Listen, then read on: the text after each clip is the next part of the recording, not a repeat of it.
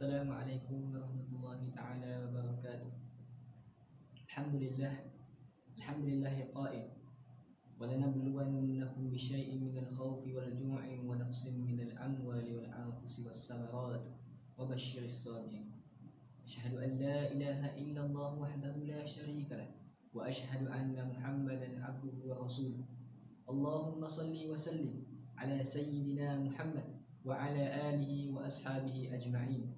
Amma ba'du, fa ya ibadallah ittaqullah usikum wa iyaya bitaqwallah faqad fazal muttaqun.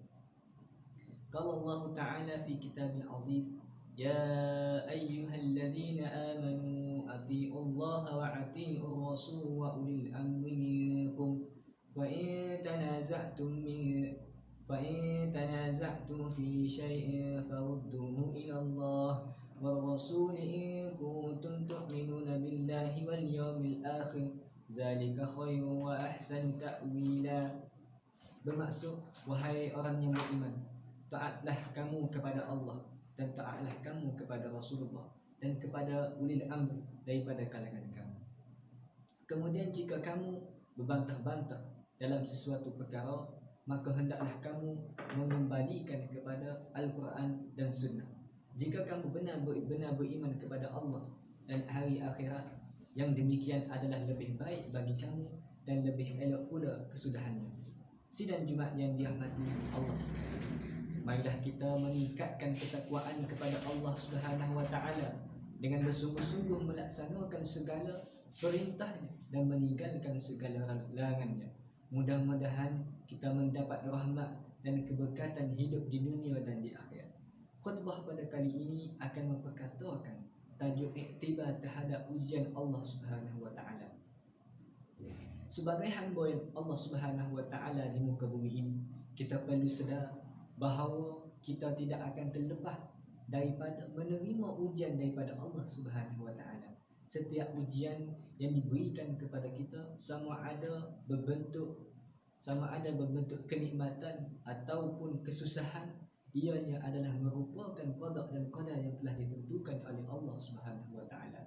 Bagi orang yang beriman, mereka akan lalui setiap ujian yang dengan penuh kesabaran dan ketakwaan kerana mereka percaya bahawa setiap ujian yang diberikan oleh Allah Subhanahu wa taala itu untuk meningkatkan lagi keimanan mereka.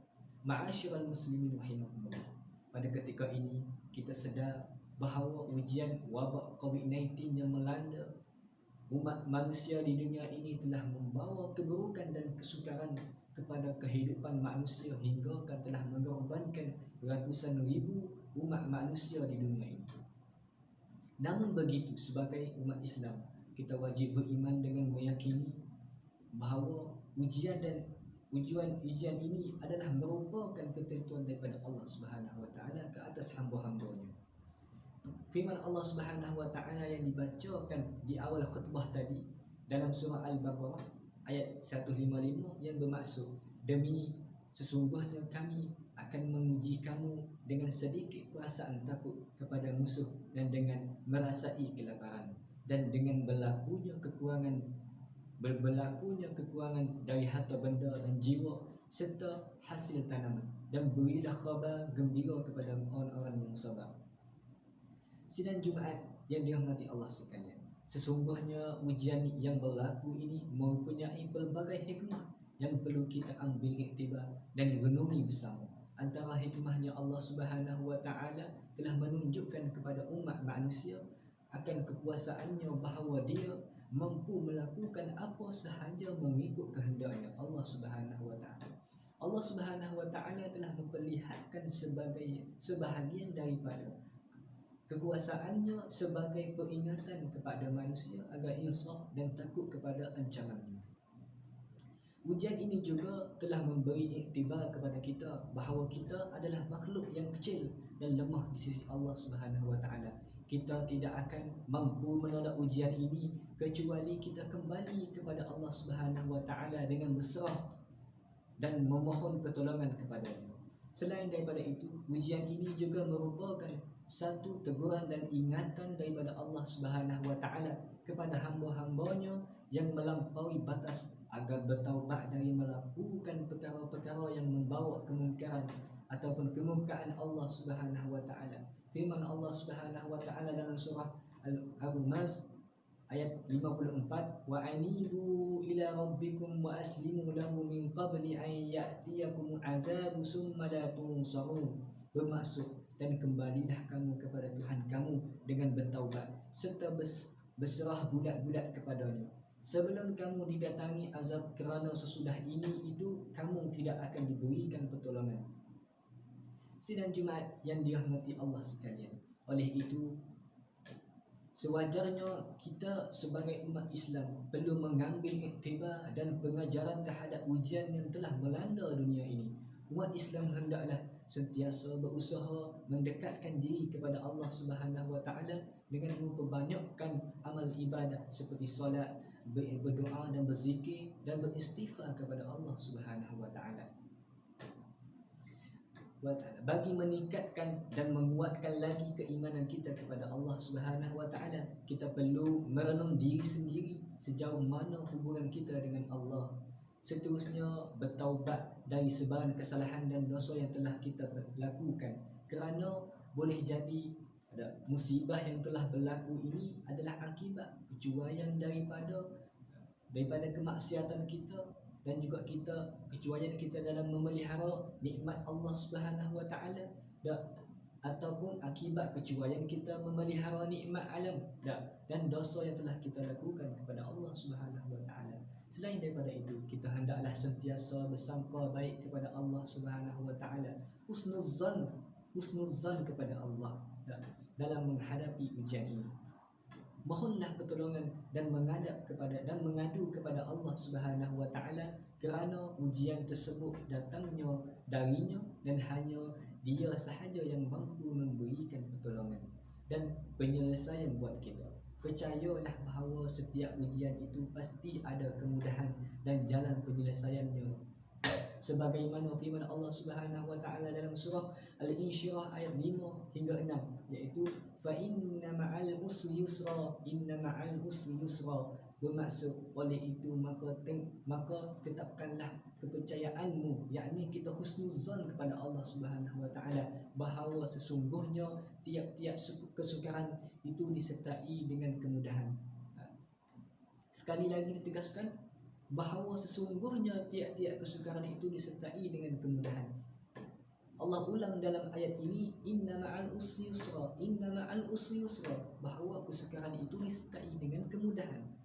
Sidang Jumaat yang dirahmati Allah sekalian, justru mengakhiri khutbah pada kali ini, mimbar ingin menyeru para jemaah sekalian agar tidak berputus asa dan berasa lemah dalam menghadapi ujian ini. Sebagai umat Islam, kita perlu hadapi ujian ini dengan penuh semangat dan sentiasa berusaha berganding bahu dan mentaati ketetapan pihak berwajib dalam membendung penularan wabak ini. Yakinlah bahawa ujian yang kita hadapi ini pasti ada hikmah dan kebaikannya daripada Allah Subhanahu wa taala. Apa yang penting, kita perlu hadapi ujian ini dengan penuh keimanan, bersabar dan sentiasa bersangka baik kepadanya. Firman Allah Subhanahu wa taala dalam surah Al-Baqarah ayat 153, ya ayyuhallazina amanu isbiru ya ayyuhallazina amanu ista'inu bis-sabri was-salah innallaha ma'as sabirin. Bermaksud, wahai orang-orang yang beriman, mintalah pertolongan kepada Allah dengan sabar dan mengerjakan salat, sesungguhnya Allah beserta orang-orang yang sabar. Barakallahu li wa lakum bil Qur'anil azim wa nafa'ani wa iyyakum bima fihi minal ayati waz zikril hakim wa taqabbala minni wa minkum tilawatahu innahu huwas samiul alim. Aqulu qawli hadza wa astaghfirullahal azim li wa lakum wa lisa'il muslimina wal muslimat wal mu'minina wal mu'minat fastaghfiruhu fa ya fawzal mustaghfirin wa ya najatat taibin.